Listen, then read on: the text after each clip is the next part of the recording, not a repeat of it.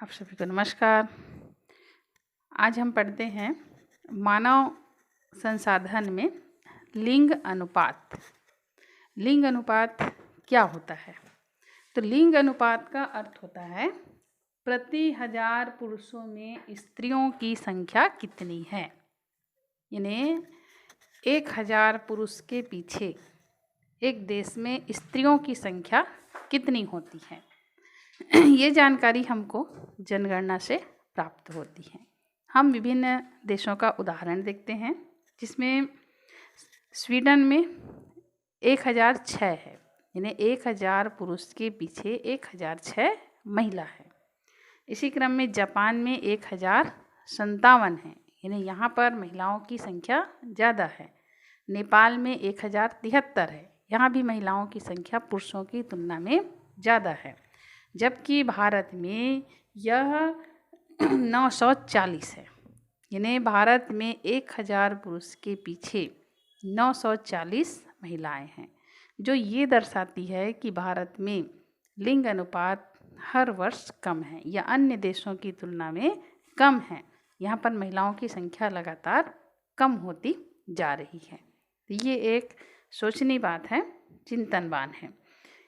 यदि किसी समाज में महिलाओं की संख्या कम है, किसी देश में महिलाओं की संख्या कम है, तो इसका मतलब वहाँ की बालिकाओं व महिलाओं के लालन पालन में, पोषण में, आहार में अपेक्षाकृत कम ध्यान दिया जाता है, ताकि वे कम जीवित रह सकें। यानी महिलाओं को पूर्ण रूप से उपेक्षित किया जाता है। इसी 2011 की जनगणना के अनुसार हमारे देश में लिंगानुपात है 940। भारत में जो विभिन्न राज्य हैं वहाँ पर भी अलग अलग लिंगानुपात हैं। इसमें छत्तीसगढ़ में है 991, यानी 1000 पुरुष के पीछे 991 महिला है। इसी क्रम में केरल में है 1084, यानी केरल में महिलाओं की संख्या ज़्यादा है। तमिलनाडु में है 995, 5 कम है। आंध्र प्रदेश में है 991, हरियाणा में है 887, गुजरात में 912, राजस्थान में 926। ये विभिन्न राज्य में महिलाओं की स्थिति है, जो जनगणना से प्राप्त आंकड़े के हिसाब से है। तो इस आंकड़े के हिसाब से सबसे कम जो है ये हरियाणा में है, 877। यहाँ पर प्रति 1000 पुरुष के पीछे 877 महिला है। इसके क्या कारण हो सकते हैं, इस पर विचार विमर्श करना चाहिए। इसमें जो हम विभिन्न आंकड़े देखते हैं, तो ये तो एक राज्य में पुरुष की तुलना महिलाओं की संख्या कितनी है, इसको हम लोगों ने देखा। और भारत में लिंग अनुपात हर वर्ष के हिसाब से हम देखते हैं, या हर 10 वर्ष के हिसाब से हम देखते हैं, क्योंकि जनगणना हमारे यहाँ 10 वर्ष में होती है। तो सबसे पहले हम देखते हैं 1901 में जब जनगणना हुई थथी भारत में, तो उस समय था 972, 1000 पुरुष के पीछे 972। फिर 1911 में हुई तो वह 964, थोड़ा और कम हो गया। 1921 में 955, और फिर 1931 में 950, 1941 में 945, 1951 में 946, 1961 में 941, 1971 में 930, 1981 में 932, और 1991 में 927, 2001 में 933 और 2011 में 940। ये हमारे देश में प्रति 10 वर्ष में जनगणना से प्राप्त आंकड़े के हिसाब से लिंगानुपात नज़र आता है। तो भारत में स्त्रियों की संख्या पुरुषों की तुलना में काफ़ी कम है। तो ये कम होने के कारण कौन सा है? तो इसमें तो सबसे पहला हम यही सोचते हैं, यही देखते हैं कि समाज में स्त्रियों के साथ भेदभावपूर्ण व्यवहार आज भी किया जाता है। यानी बालिकाओं को बचपन से ही हमारे यहाँ लेना ही नहीं चाहते, माँ के गर्भ से ही बालिका भ्रूण हत्या करवा दी जाती है। यदि कोई बालिका जीवन में दुनिया में आ भी जाती है तो उसके लालन पालन में सही ध्यान नहीं दिया जाता, वो कुपोषित हो जाती है और समय से पहले ही उसका देहांत हो जाता है। तो ये सब कारण हैं। फिर शिक्षा और स्वास्थ्य के प्रति, विकास के प्रति स्त्रियों को भेदभाव का हर कदम में सामना करना पड़ता है। सबसे ज़्यादा प्रभाव पड़ता है छोटी उम्र की बालिकाओं पर, जो 0 से 5 वर्ष के बच्चे हैं। 0 से 6 वर्ष के आयु वर्ग में बालक बालिकाओं का अनुपात जो है 1000 के पीछे 914 है। ये आंकड़े बयां करते हैं कि हमारे देश में महिलाओं की स्थिति जो है ये लगातार कम होती चली जा रही है। हम अभी पढ़े हैं कि भारत में विभिन्न राज्यों में महिलाओं की स्थिति जनगणना के हिसाब से जनसंख्या जो है अलग अलग है। कोई राज्य में जैसे केरल में पुरुष के हिसाब से महिला ज़्यादा है, तो उसी क्रम में तमिलनाडु में 995 मतलब 5 कम है और इसमें आंध्र प्रदेश में 991। यानी केरल में ही हमारे यहाँ पुरुषों की तुलना में महिलाओं की संख्या ज़्यादा है।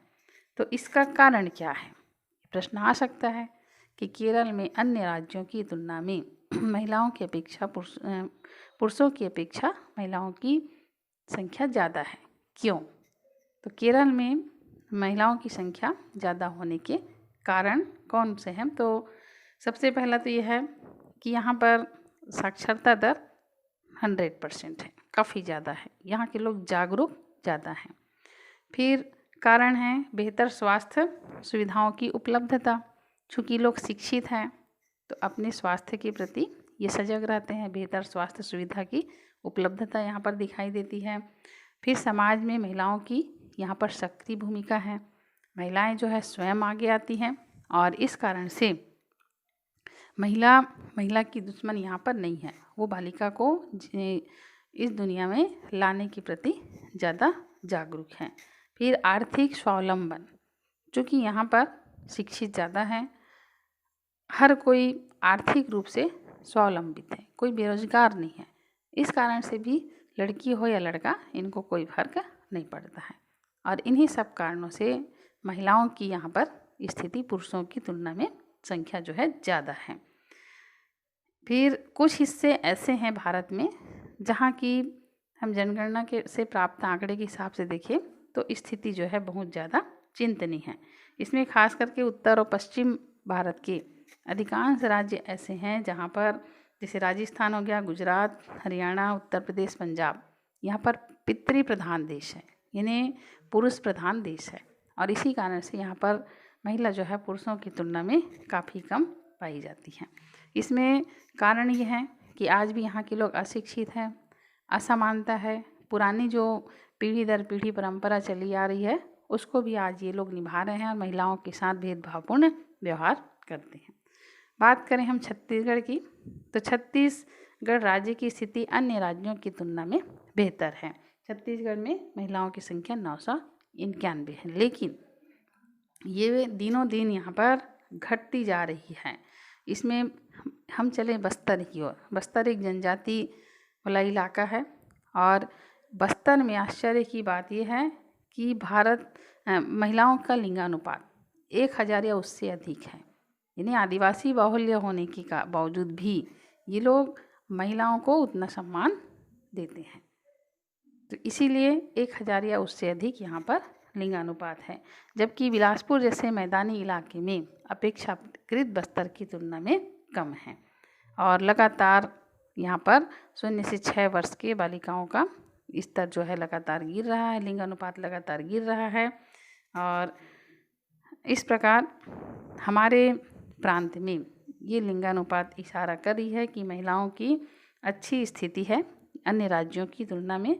और लेकिन 0 से 6 वर्ष की आयु के महिलाओं की जो स्थिति है वो ये बयां कर रही है कि आने वाले समय में हमको भी इस प्रकार की संकट का सामना करना पड़ सकता है।